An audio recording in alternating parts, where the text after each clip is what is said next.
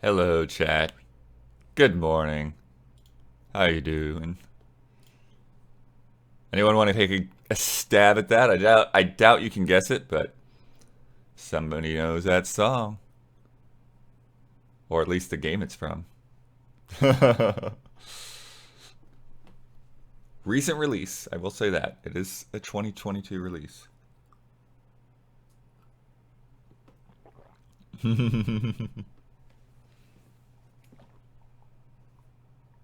Stronghold. I'm not even sure what Stronghold is. Requiem? No. Good guess though. Tunic? Very good guess. Shovel Knight. No, I think Shovel Knight would sound quite a bit different than that. What are you slarping? No, that is from Moss Book 2 by Jason Graves. That is, the track is called The Starthing's Way. But yeah, I know VR is a little harder to come by, a little trickier to get your hands on that stuff. But I've made the room, I've made the exception for Moss. Really enjoy these games. The Megatherium, thank you. Serenite, thank you. Happy spoopy times. Yeah, we got good stuff happening this week. Don't hear anyone talk about Moss 2. Yeah, I mean it's the unfortunate reality of debuting on PlayStation VR in 2022. It is on Quest 2 now though. But yeah. Hello, hello. Our Switch is here to listen. Tundra Boy Mook. Bradley Spees. Yeah, it's that time, right? It's that time of the month when all the anniversary subs basically show up. Uzi Suicide, thank you, thank you, thank you. Let's throw the schedule in here. Get this guy going. Wee. This is the week. It's a crazy week. Huber syndrome started things off with a long Resident Evil discussion with Gene Park, which was very nice. Good stuff. I know I'd heard Huber talk about Gene before, and obviously I see Gene on Twitter and stuff, but I didn't realize that they had actually made that connection. So that was cool when that popped up, and he was like, "Hey, I'm gonna talk to Gene for Huber syndrome." I'm like, "Oh, sweet, nice." Hangout with Blood is happening right now. Um, let's see if I can move XSplit without it crashing my PC. Okay, I think we were successful with that. I just wanted to see the chat window a little better. Um, that is actually a thing. I'm at the point where like I think I want to like email XSplit support and see if there's some dumb weird just simple setting that just needs to change because I don't understand it. My computer is powerful enough. XSplit is not that resource intensive. I mean, it's pretty resource intensive, but it's not. It shouldn't be that bad. And even this morning, like I was testing things out, and I had a browser window um, to try to see if I could, play some trailers or whatever. And I like moved between the browser window and XSplit and just doing normal things, and there it is again. The whole computer just freezes, hard freezes. Can't do anything but hold the power button to restart the PC. And it doesn't make sense. It doesn't make sense. It doesn't happen to Damiani's PC. It does happen at the studio, but it doesn't make sense. And I try to Google it. I try to get answers. I try to look through Reddit threads, and I don't find anything that really describes the issue that I'm having, which makes it extra frustrating because I seem to always have these mystery PC issues. But yeah, weird stuff. Haunted XSplit. um, you guys read the Washington Post? I don't know. I don't know how Huber made that connection. I know that Gene works there. I don't know of Gene's history, but seems like a good guy to me. How's my game of the year backlog? Oh, it's terrible. Me playing video games has not been very successful this year at all, as evidenced by my Splatoon 3 review being so late, which you will see soon. I was not playing other games, really, while I was doing that review. I mean, I was, doing things for impressions and previews and streams. Um, but, yeah, basically,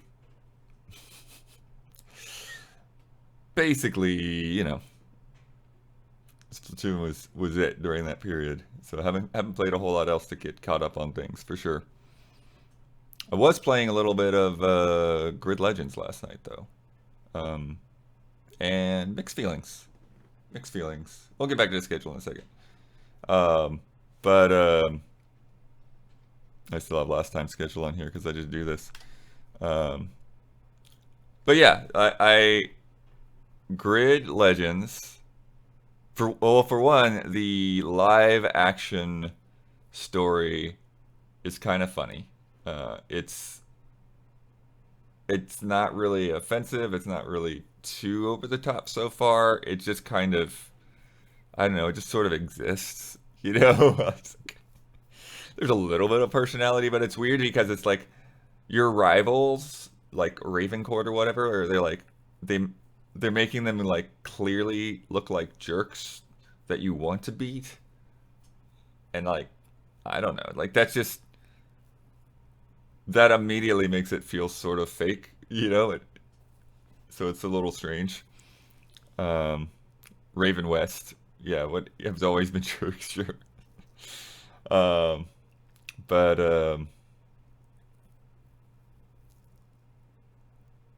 but yeah, it's so that's funny. But what I will say is interesting to me about it is nice to have a real person's face to associate with a name on a car. I do think there is something there to that. To just not have these, just random names over cars for the AI, but to have like an actual person representing that car. That's kind of cool. Um, save your questions for a bit. I'm not done speaking yet. Well, what I do want to get to questions. I'm gonna need your questions to get through the whole hour. But hang on. Don't ask too many questions about other things while I'm talking about a different thing. Just right at the moment. But anyways, we'll get to questions. The I'm just bad because I will interrupt myself. I'm already interrupting myself with the Grid Legends thing from the previous question while I was talking about the schedule. Oh, but yeah. So I was playing Grid Legends. Performance is fantastic. I really like how well the game runs on the PlayStation 5. It kind of makes me think that maybe I would still kind of stick to racing games on consoles because on PC, even though there's a higher ceiling for performance, right? There's always that chance that like I'm gonna get stuck in the weeds of fiddling with settings. It's like, oh well, what if I turn this setting on? What if I turn that setting off? And then like, oh well, no, now it's getting a little hitchy or sticky or whatever. And it's just like on console, I know that like they're targeting that hardware. It's gonna be solid, right? And that's what I can see with Grid Legends. That like, oh, this is solid on PS5. The performance is really nice looking. What was in that coffee? The coffee is milk and cinnamon. But yeah, what else? Graphically, overall, it looks nice, but not amazing. I do like that Mount Panorama track. I posted a shot of that in the rain on Twitter last night. And oh, and then the other thing is it's just like it's definitely on the easy side, but it's hard because it's like I don't want to push difficulty up like crazy. Um, I put it up to hard, and I at this point I've just sort of done the prologue chapters. I'm just blowing by them all, just blowing by them all. I could definitely feel the huge difference between, and obviously that's not meant to be a sim, right? But I could definitely feel the huge difference between the handling between that and playing like some of the same courses with Gran Turismo 7. It's like there's just like so much less of that sort of that G-force weight pull drag kind of thing. It's like you're just more nimble. I think is the way to describe it. But at the same time, like it gives you less sense of weight in the car. Um, but it makes it kind of fun because I can slam around some of these courses in ways that you just can't. You just cannot do that turn that fast in a more realistic game. So it's nice to just like zoom. I'm going. I'm getting it. Do we get Bayonetta 3 code? No, we did not. We do not get most Nintendo games until launch, which always puts us on a weird back foot. And it's hard because while we get as many reviews up on time as we possibly can, that's never an option with the Nintendo game. Not never, but usually not an option with the Nintendo game. So it's like it makes people think that like we're always late. And it's like we're not always late. We're usually pretty good, but we try to review as many Nintendo games as we can. So it ends up being, looking more of a pattern than it actually is. Which I'm getting ahead of myself too. That's stuff I want to talk about more as well. I might not get review codes for Tears of the Kingdom. This is true. I'm going to try. I'm going to try a little harder than I usually do for that game. But it's a situation that is above the entire PR agency that Nintendo uses. I don't know what that means exactly. I just know that whoever is making the decisions about who gets early codes is beyond my ability to influence. um, so, and it's just because they don't give out as many codes as they should. That's really what it comes down to. Is Nintendo has restricted the number of codes they release to the press before launch because they are paranoid about leaks, even though the leaks are still happening. That's the way it is. It is not because we gave Breath of the Wild. It's actually not because of anything that we've done necessarily. It's just somebody making the call. So how about that schedule? Yeah, let's put the schedule back up. But yeah, basically what I was saying, even on hard, Grid Legends is a bit on the easy side. Still kind of fun though. MinMax is you're rating a Hangout. Hello, MinMax, 62 people. We're just chatting. We're just chatting about the week. We're talking about Easy Eye. We're talking about some reviews. We're talking about scheduling. First thing tonight, Ghostbusters, Spirits Unleashed. Iverdog, thank you. We are going to be playing that. Elise and James are coming by, which is sweet. They wrote stuff on the game, which is fun.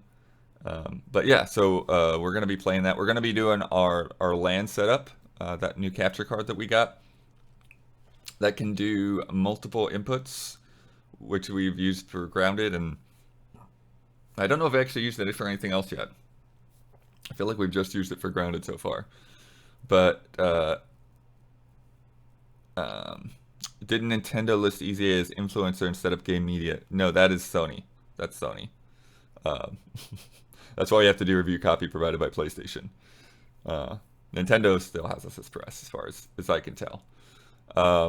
But yeah, so land setup for Ghostbusters. So we're gonna have so we might bring in a fourth PS5 because I think that might make more sense with the party. But we're probably gonna have 3 screens up with then camera. So that because it's just more easily divided that way. But we'll work it out before the stream exactly how we'll get the visual set up there. Having that land set up with them as well is we're gonna have to make room. There's gonna be a lot of stuff, a lot of extra tables and cables in the way. Tables and cables, those rhyme. Anyways, speaking of Grounded, we'll be back into land setup on Wednesday. Getting back to Grounded. I have played a little bit offline, but we haven't made any sort of story progress. So I actually like wandered back over to where I left off. Um, but yeah, I did a little wandering the other day just to kind of get my fix. But haven't done too much. I really haven't done much at all. Um, Tables and Cables as a show? I don't know how that turns into a show. Maybe if I don't even know. I don't know. Dawn versus Wave Race continues Wednesday. Fast and Loose, which is basically this, but with three or four people, is happening on Thursday. Dawn's doing Hangout on Thursday, so an hour later. So keep that in mind. Dawn prefers that noon time frame rather than 11, which I don't blame him. Frame Trap will also be at noon. That's just a weird, unfortunate scheduling thing. So choose your battles there. If you are a patron, you will get that Frame Trap early. So keep that in mind. $5 and up. Early Frame Trap. Brad and Damiani will be so we're changing. So we're not doing Mike and Mike as necessarily as a regular thing anymore. But get Huber into Grounded, or we'll just say we'll need to get Huber into Grounded, but we'll need to do it when we get a different day on for Grounded. Like when we can do a Tuesday, it'll be easier than trying to rope Huber back in to make the drive another day on the week. But yeah, so basically the thing that we're thinking of, we'll be doing stream teams on Thursdays, and we'll also have the weeks that are not stream team. We will have the people that are on the podcast doing a stream. Essentially, is the way it's going to work out. But that could basically mean Huber will be back anyways, because we're looking at potentially, unless somebody's crazy busy, we're looking at having people trying to fill up that desk just as much as we can, get everybody on the podcast every week, rather than rotating out on a regular basis. Probably still regularly have times when people aren't there, like I said, but more and more full desks, because people like that. And the past couple of times it was just sort of a happy accident because people are already there and like, I'm not driving home right now because of reactions or whatever. So, but yeah, are things okay with Huber? I mean, Huber's been going through a lot of stuff, but in terms of Mike and Mike not happening, it's really just been a whole bunch of different factors. Damiani's had stuff that's happened with his cat. Huber's had stuff where he had to take care of his grandfather while his parents were out of town. And yeah, I think there's also just sort of this sense of wanting to change things up a little bit, just in general. People like filling up the desk. Yeah, I think just having an extra person there is good. I may have to adjust. Well, like as I was doing last week, right? Like I was actively during the show looking for. I was looking at ways to like cut out or cut conversations a little shorter because, like, you know what, we're talking about some of these things for a bit. We don't want the podcast to go for 3 hours or anything like that. So, but yeah, and review season. That's another thing. Huber's, wanted to focus on some of the things that he's been reviewing. Damiani's been needing to focus on things. So, yeah. Change things up. Uh-oh. It's not an uh-oh. Changing things up is always fine. What else is happening? Halloween marathon. Yes. This may be the first place you hear this. I don't know. We've talked about the Halloween marathon for sure, but I don't know if we talked about what we're going to be doing. But focus will be on Resident Evil Village. Maybe I put that in the tweet. I don't remember. It's going to be on the DLC, which is out that day. So we're going to be doing Shadows of Rose. We're going to play through that whole thing. So if you want to play through Shadows of Rose on your own, fair warning, get that thing the night before. It's only a few hours. So, if you want to experience that before the stream, fair warning, that's what we're going to be doing, starting at noon on Friday. And then we'll also spend some time in that third person mode. We'll also spend some time in that Mercs. If REverse is there, we'll spend some time screwing around with that. And then we're also looking at doing some other games in there. We're looking at Bayonetta 3. We'll probably have to we're probably looking to do Stories Untold, I think, and then Mortuary Assistant. So some other things that are sort of backups. But the main thing will be Resident Evil full playthrough of the DLC plus some Bayonetta stuff. Mango also, you missed it earlier. The Bayonetta code will not come until launch, so we will not be starting on that until we get the code. So what we do with that will basically be up to Brad. We're looking to get a conversation video out as quick as we can after that comes out, but yeah, whether he does a full review or not is always TBD, always dependent on circumstance. But hopefully a full review, because it's a significant title from Nintendo. Saturday 9 a.m. There's 2 Dawn food reviews left this week and next week, for the ones we've broken out of the vault. Those, as a reminder, are part of our fan mail tier. It's funny because people are like, there's a $50 paywall, and it's like, okay, yes, but it's not really the intent. Like, we didn't make food reviews as a show. We were doing fan mail for 6 years. Don just started doing food reviews as his fan mail. And I'm like, hey, we got to show these to some people. Maybe that'll encourage them to come to the $50 tier. But it wasn't, it's a reward. It's not, I don't know. It works both ways. It is what it is. But fan mail, you also get a message like that from everybody. You get a quick little video from Brad. I'll write 800 words or whatever out on a thing, talk about what's going on. And Brandon still does fan mail, believe it or not. He'll go in the booth and record something. So it's a good time. But yeah, this food review, and then next week will be the last food review, which I specifically put at the end because I thought it was a good finale. Yeah. And then as those are wrapping up, won't be too much longer till we get Achieve It Yourself, and then we've got some other stuff in the works beyond that. Yeah, also regular Easy Update, Easy Allies podcast, etc., etc. There was another question back there somewhere. Well, I was talking about Grid. What do you even think they're doing with the next Mass Effect? I don't know. Hopefully it's good. They brought the Deus Ex / Guardians of the Galaxy writer in on that. Mary's over there now. So that is perfect. To me, that is perfect. She is the right person to be heading up a Mass Effect game. She did it. She did it. Yeah, I really think that that the writing on that could be very much improved. And I'm hopeful. I'm hopeful for what they can do with that now with her on that team.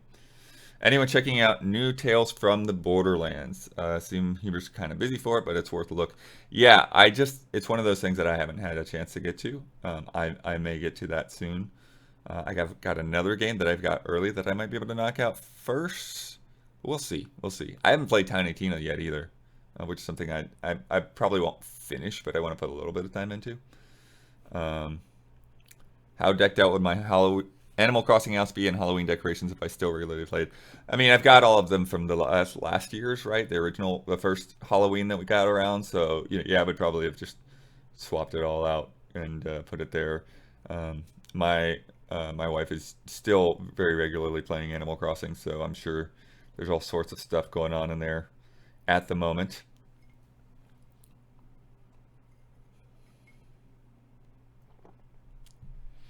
But the soundtrack for Tiny Tina is great, based on the one for Borderlands 3. Yeah, that's true. I championed that Borderlands 3 soundtrack, and there weren't a whole lot of other people that were talking about it, but I really enjoyed it. Another Pokemon revealed today. Okay, I don't know. Pokemon is hard. Pokemon is hard for me to care about when it just seems to be so constant. And I like it. I do like Pokemon. How many reveals do they need? How many reveals do you have to have with those games? What is left to reveal? I can't keep up with it. Grace Sif, thank you for the sub.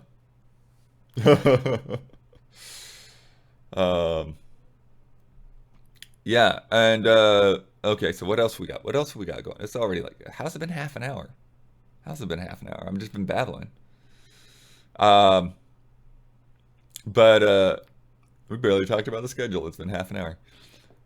So another thing, okay, so I'm I'm excited and I'm terrified for this. But like I said, we're changing things up. We're trying new things. We're doing stuff differently to see what might work different, what might be better. I'm trying this week, chat.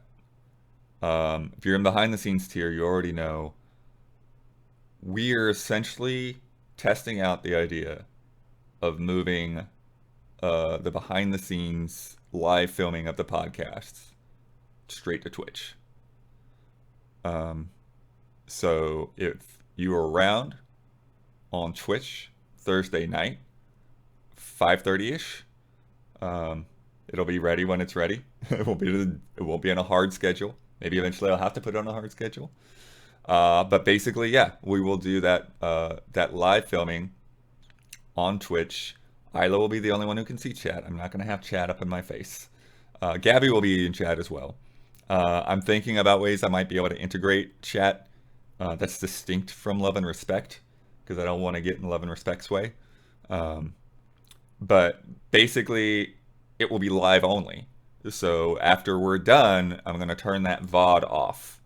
And that's one thing I'm a little worried about, people like getting rubbed the wrong way. Um, but I think still I want to, for now at least, continue with our standard early access gets it when it's done, and then the public goes out on Sunday. And it also kind of helps with figuring out how ads are going to work and stuff now. But yeah, so that it'll be live, the VOD will get turned off, we'll cut the patron version. The patron version will go up, whatever, sometime before 9 a.m. Or I usually put it up at like one in the morning or whatever. But and then so everything else will be the same except it'll be live on Twitch, and then the VOD will be turned off.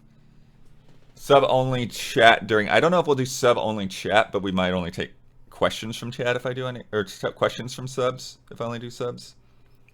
We could do Twitch voting and stuff in there for sure. It's like um, we could remind people of last week's bets or something like that, and people could vote on who's gonna win. And I don't know, because you could look up the answer at that point.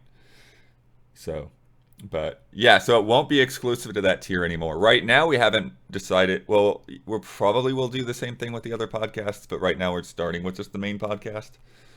Um, but the yeah, I have another idea for that behind the scenes tier. I tested it out last night. I sent a link to Isla. Isla has not given me any feedback on it yet. I still need to show it to everybody else. I think it's a good idea, personally. I think it's maybe not super exciting, but I think it's something that we can do that would also be rewarding and fun for people in that tier. So we'll see. We'll see how that works out. I will share more when other people have told me whether they like it or not. So you might not hear it, but it's something that yeah, it's something that I think I could work. It could work.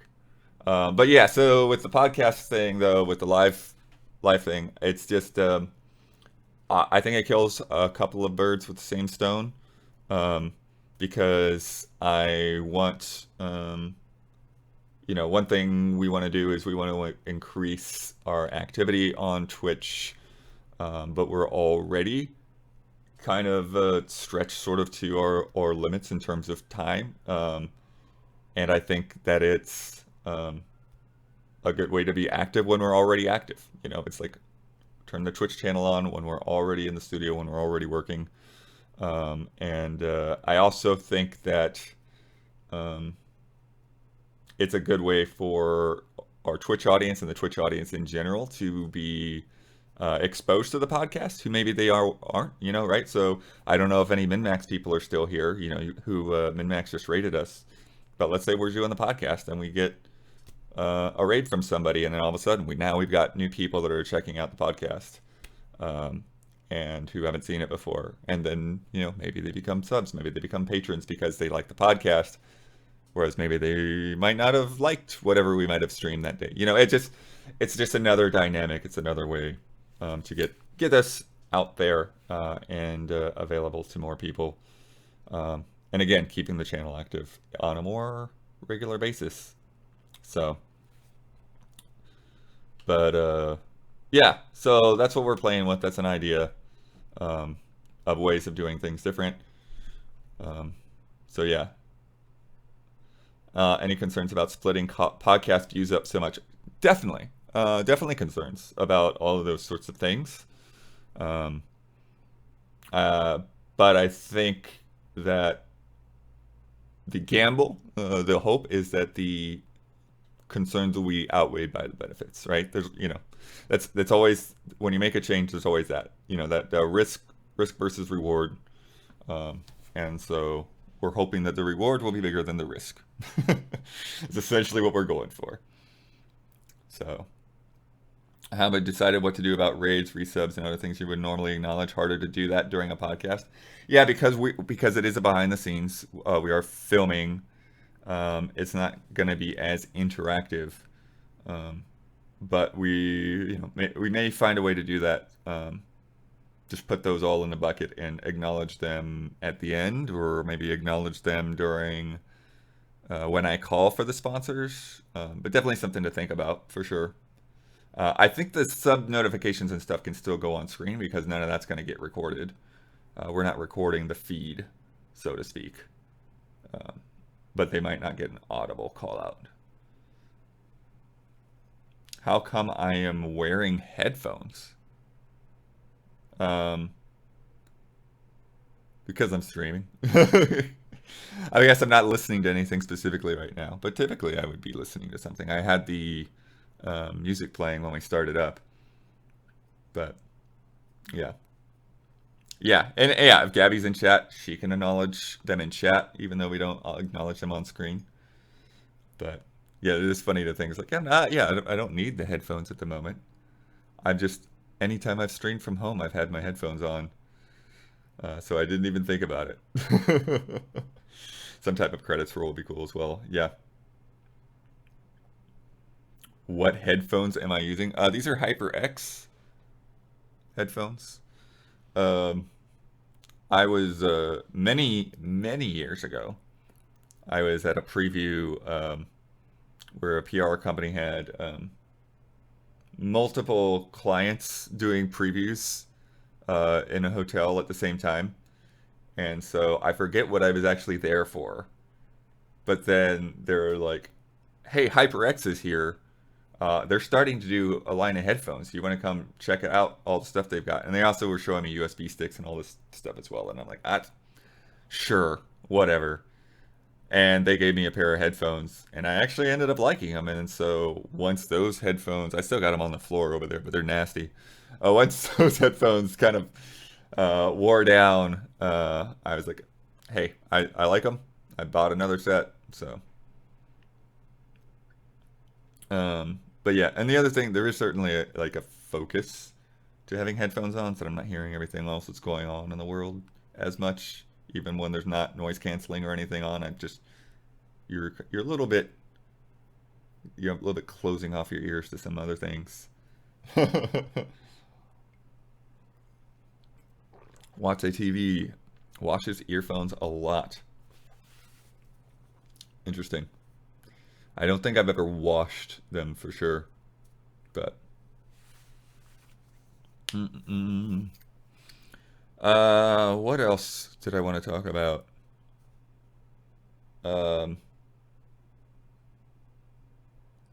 Yeah, we were talking about reviews. We were talking about the Splatoon 3 review. I mentioned this on my last Hangout. Some of what went into that was, yeah, not getting the time to play the game, but also have as I mentioned, I've had this weird, almost writer's block-ish anxiety about starting up games when I have my to-do lists. That it's really hard for me to okay, put other stuff aside and play a game right now. And that even if that game is for work, it becomes hard for my brain to switch modes. And usually once I start, I feel good about it. But it's hard. It's like right now, like I can't show you my list because there's like stuff on it. But um, I've got a full page list of things that need to be worked on. And so I was like, okay, I got to do these things today. It's like I got to do these things before the end of the year. Um, I've got just stuff I'm chipping away at little by little, things that I wish I could just knock off, but they depend on other people being ready to do them.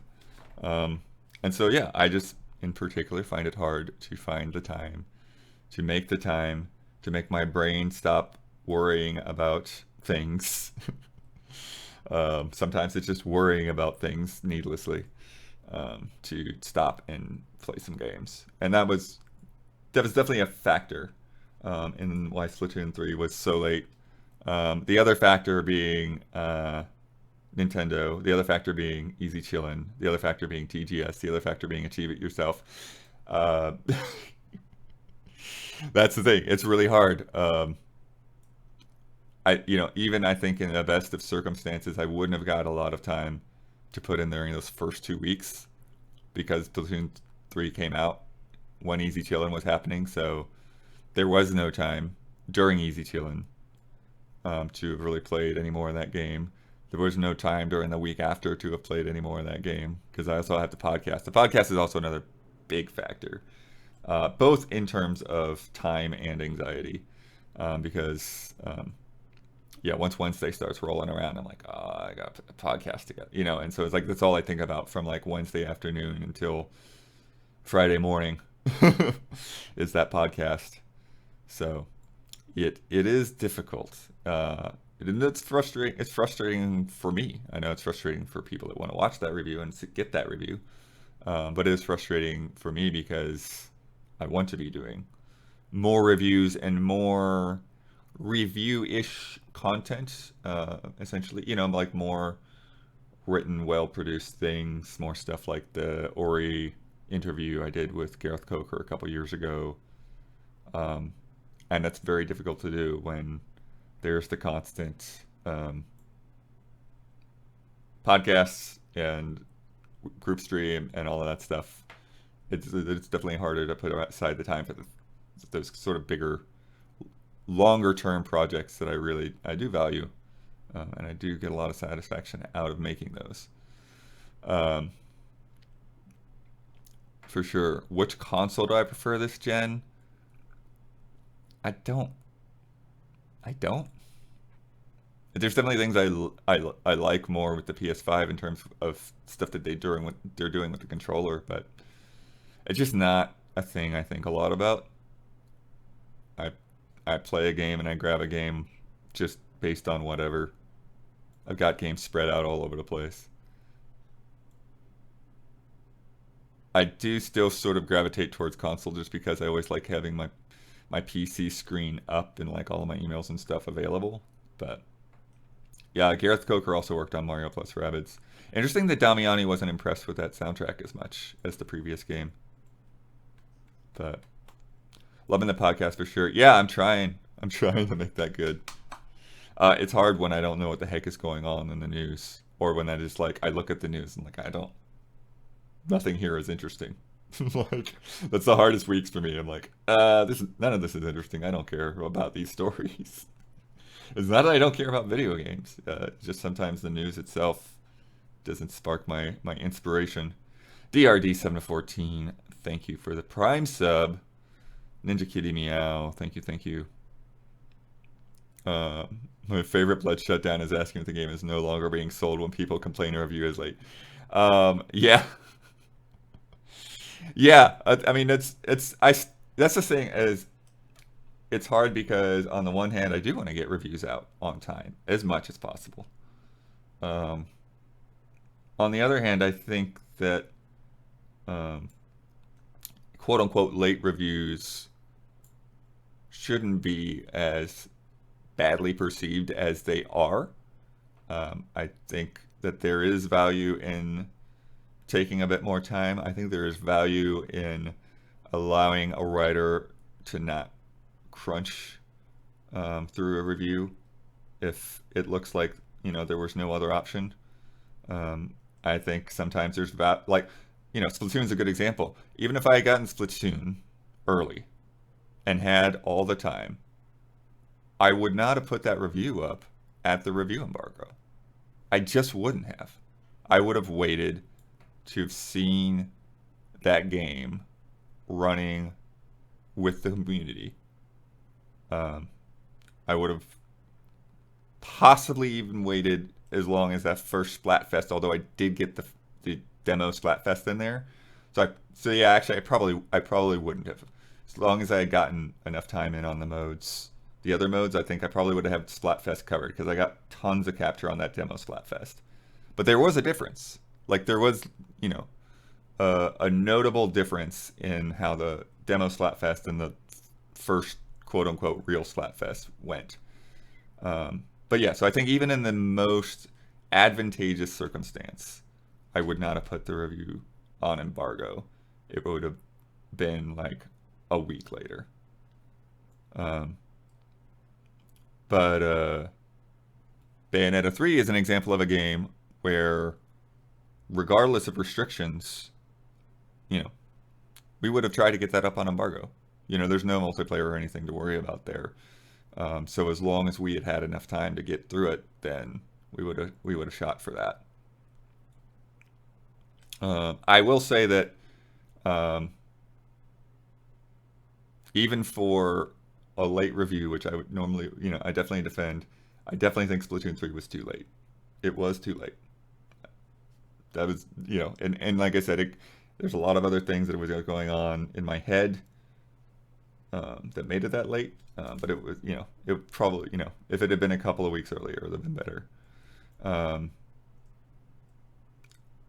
with the JRPG, I'm not as worried about it because I feel like what I've seen with JRPGs, and we saw it with Xenoblade, right? Like Xenoblade has done better numbers than Mario plus Rabbids, which hit embargo. Um, People come for them. People are playing those games for a long time. People come back. People, know that they're long, so they don't get started on them till later. JRPG is, our highest viewed review that exists on Easy Allies. Um, so they come back for years and years for that. Big Splatoon 3 patch coming. Interesting. But yeah, and that's the thing. People definitely. That's the other thing I think is valuable about later reviews is that there are still people buying those games. There's still people coming for them. They're never going to do as well as they would have day one, but they're usually worth it. Um, if it's within a month, I think yeah. When you start getting a little over a month, that's when it's like okay, pivot there. But we are definitely also trying to do more things where we talk about the game right after it comes out, even if we don't get a review out. That's what I did with Soul Hackers, right? I wasn't sure if I was going to be able to review Soul Hackers, so I talked about it, like, talked about what I played, and then eventually I was like, okay, I got to move on. But we covered that game as quickly as we could in a way that we could. So just trying to find as many different approaches as we can to covering those games. Mm-mm. People are still buying Mario Kart 8. Yeah. A lot of those people probably aren't looking at Mario Kart 8 reviews at this point, but yeah. Any other allies play Xenoblade? Not that I know of so far. Xenoblade might be one that I grab at Christmas since I'll have my Switch with me over the Christmas break. Mm-mm. Soul Hackers 2 Mocktail. Yeah, that was fun. Um, what I also want to say though about the Splatoon 3 review is that man, I still really like how it came out. I still really like the process that I went through for that because um, usually when we do clips with our capture, it's all I keep the numbering sequential and linear. Um, but with Splatoon, there are so many different modes that I'm just bouncing back and forth between, right? I'll play some turf war, I'll play some tower control, I'll go play some co-op, I'll play some campaign. So having it complete 100% linear the way I played through it isn't helpful. So I actually labeled those clips to be campaign, tower control, turf war, etc., and then had different folders and had those separate by folders. Had my shot log separated by those different modes.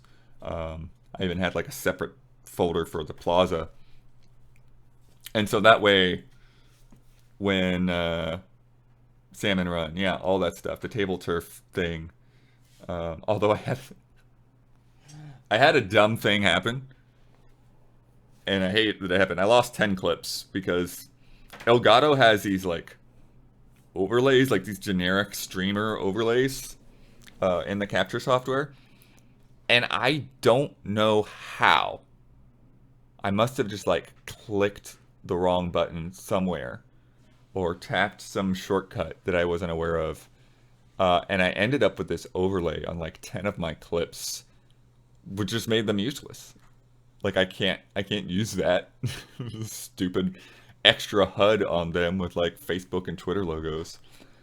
So there were like two weapons and the table turf footage were the main things affected, and there was a little bit of salmon run as well. So I was like, all right, I just went back and I re-recorded the blob lobber, re-recorded the X splosher, and got like one table turf match. Yeah, table turf is no big loss. Like there's no, there's not like a cutscene that I missed that I can't go back to. So,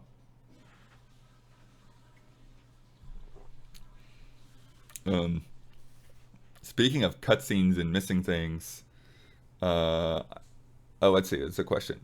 I sent a tweet or a week or two ago about East 9. I'm about halfway, two-thirds through. Still really enjoying it. Definitely worthy of a Best 7 award. Yep. Yep. Exactly. That was my favorite 7 of last year. And it's so funny to say it. I love the game. I love the soundtrack. It is still a 7, but it feels so good to play. Um, Definitely something I think more JRPGs should look at. Um, yeah. I, Ease 9. Really, people look at it. Take a look at it. Um, and a 7, like a lot of the stuff with 7 just comes down to presentation. It comes down to, just not, it's not amazing, or anything like that. It's not breaking new ground, but it's solid. It's a really good, solid game. But that was, yeah, see, that's a good example. So that, Ease 9 is my perfect example of a late review and why I defend them. Because I did not intend to review Ease 9. Um, I started playing Ease 9 on a stream well after it came out, just thinking like, hey, we'll see if I like this game or not. And I did like it, and I kept playing it, and eventually I finished it, and I did a review. Should a review be off limits to me after finishing a game because it's late? You know, because I didn't initially expect to have reviewed that game. So that's really my biggest defense. Although it's Splatoon 3, that doesn't count because I always intended to review Splatoon 3, and it was just um, hard to find that time. A lot of that time was between um, like 10 p.m. and 4 a.m., 5 a.m. So when people are like, "Why don't you stream while you're doing the review?" I'm like, "Well, there's one reason." And also, I'm trying to get capture too, so um, trying to manage capture and a stream and the review itself. Yeah. Um, so in some ways it's weird because in some ways like my reviews are almost like it's almost like going back to doing them as a second job again, like when I first started it at Planet GameCube. It's like, yeah, I'm doing my reviews after work. um, but did you consider doing retro reviews? It's something I've thought about. It's something that I think that Don't Skip is particularly good for. Um, if we manage to revive that, um, it's not 100%. I mean, it is right now. It's 100% dead, but it is something that like it's been in the back of my brain of um, what could we do to have don't skip kind of return. But it probably, yeah, that's all. I'll just stop it there. But yeah, it's something I've had in the back of my head. I've had some ideas, but I I don't think that they're anywhere actionable just yet. So, but I would like to see some more don't skip things happening. I just think that in general, I think that yeah, don't games that get a don't skip would not be an alternative to a review necessarily. But yeah. Mm-mm. They would be other games that we're like, we don't necessarily want to review this, but maybe we'll or or games that are just way older, right? Like something from the last year or something from 6 months ago or something along those lines. It's like, hey, I missed this game, right? What Rogue Legacy 2, did we review that? I don't remember. I think maybe we did review that. Or Immortality, right? We didn't review Immortality.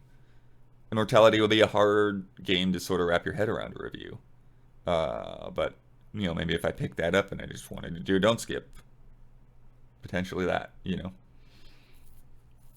Because yeah, that would be weird, right? Like if I just suddenly picked up Immortality and reviewed it now at the end of October, I could, I would have a hard time justifying that as a late review. uh, what is even the cutoff point for retro? I think it's sort of seen as like 3 generations at this point before the HD era, really. Um, so I wouldn't consider a PS3 game retro, but I think a lot of people would consider PS2 games retro for sure. Metal Gear Solid 2, that's retro. A lot of people. And Ease is a game. That's a series I want to dig into more, and it's just one of those, again, finding time for extra things. But yeah, I want to play. I've got the TurboGrafx mini thing. I want to play through that whole original game and kind of work my way through the series sometime. But yeah, Mm-mm. Wii is retro. It's on the fence. I'm on the fence on that one. It's pretty close. But yeah, I think some people do consider Wii retro at this point. Retronauts considers anything 10 years old retro. Interesting. Just straight 10 years. No other context to that. I don't know. Yeah, Okami, PS2, retro for sure. Last 5 minutes. Yeah. What are any other thoughts on reviews? I feel like I had all these other things in my head that I wanted to talk about with reviews, but um, I guess yeah, I was talking about the process and the satisfaction. Oh, and roping Brandon in because originally I was thinking of having Brandon do uh, probably Plague Tale because we have Plague Tale and Mario and Rabbids were coming in at the same time. Um, and I was like, okay, I'm gonna need to ask a favor. But then it ended up that they were a little bit more spread out. But then I finished my Splatoon review while Plague Tale was wrapping up, and so it's like, okay, I will ask Brandon to do this because I have so much footage, and it's such kind of a craziness. That's where I'll play my favorite card because I'm probably only gonna get one or two of those a year. I'm probably not gonna be trying to ask Jones to cut reviews very often. That's not fair. uh, but uh, but he's at least seemed to enjoy it. And I think maybe that's at least yeah, at least there's some satisfaction on his end. And he did a great job, and I really like you know uh, watching that all come together. Another thing, yeah, just getting that music was fun. Um, How frequently do I stop and jot down notes while playing a game for review? What kind of thing are you writing down? So my notes are mostly, uh, mostly just kind of mechanical. I have a shot log that I do. Let me see. Can I use this? Can I? You're not going to be able to read this, but maybe you can. It's a total mess, but those are my Splatoon notes. And Splatoon's again, I had all these different modes and stuff, but I was writing the modes. I was writing um, weapons down. I was writing how well the match went. If I think a match went bad, I would just X the thing out. And and it isn't such a mess because a lot of times I'm like scribbling these notes down while matchmaking is happening, right? It's like write it down real quick before the next match starts. So, but then that allows me to just quickly go back and relabel my footage, make my shot log. I'm not having to dig through footage after the fact to find where things are. For the most part, there will still be things where like I'll write a script and it's like, okay, where is that? And I'll scan through and find like the exact minute that it's happening, so that Don or Jones or Isla or whoever, can find that shot that I want. And that's one of the reasons that the Splatoon 3 review came out the way I wanted it to, because yeah, because it ended up being I've already identified the things that match my script, essentially.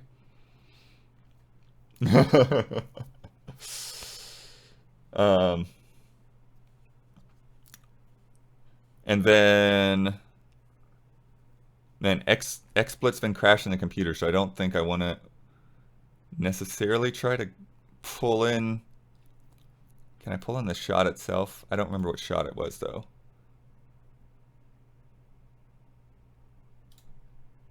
Anyways, I'll just say this. We ended up with a happy accident at the end of the review. There is... actually, I think I can do this. I know what I can do. Hang on. This I know won't crash XSplit.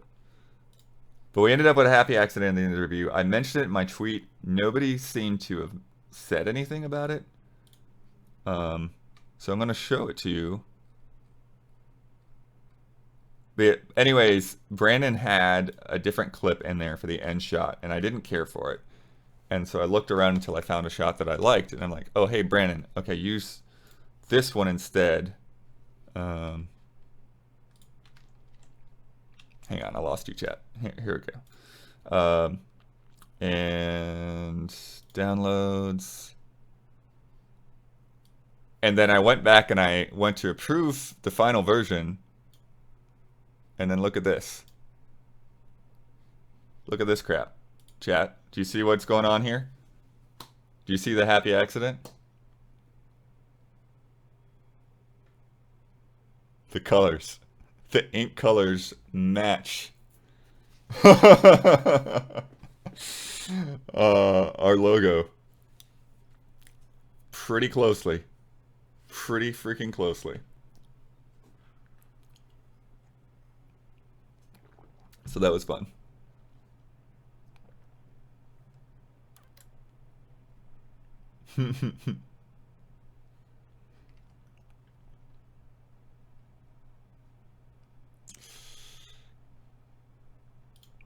But there it is. There's the hangout for the day. Come back for that. Come back for that Ghostbusters stream tonight. And thank you for hanging out with me as I go through and talk about all kinds of weird nonsense. Look forward to the podcast recording on Twitch Thursday. It'll be a little bit weird. There's going to be some kind of strange behind the scenes nonsense, but I think hopefully, again, it's a gamble, but we're going to be trying it out, and hopefully expanding our audience for that. And a reminder that the VOD will be turned off after the fact, so it will be live only. But yeah. And as always, thank you to everybody who has subbed and resubbed in the chat. If you care to support us, I mean, if you're subbed, you care to support us for sure. But the best way to support us is via Patreon. We really, especially now, right now, we need your support. We need the shift in momentum for our income. So please consider becoming a patron. Consider doing what you can to help Easy Allies keep running. Go to patreon.com/Easy Allies to give us that monthly support. It really is the primary thing that keeps all of this running. And thank you for bearing with me. Thank you for watching. And I will see you tonight.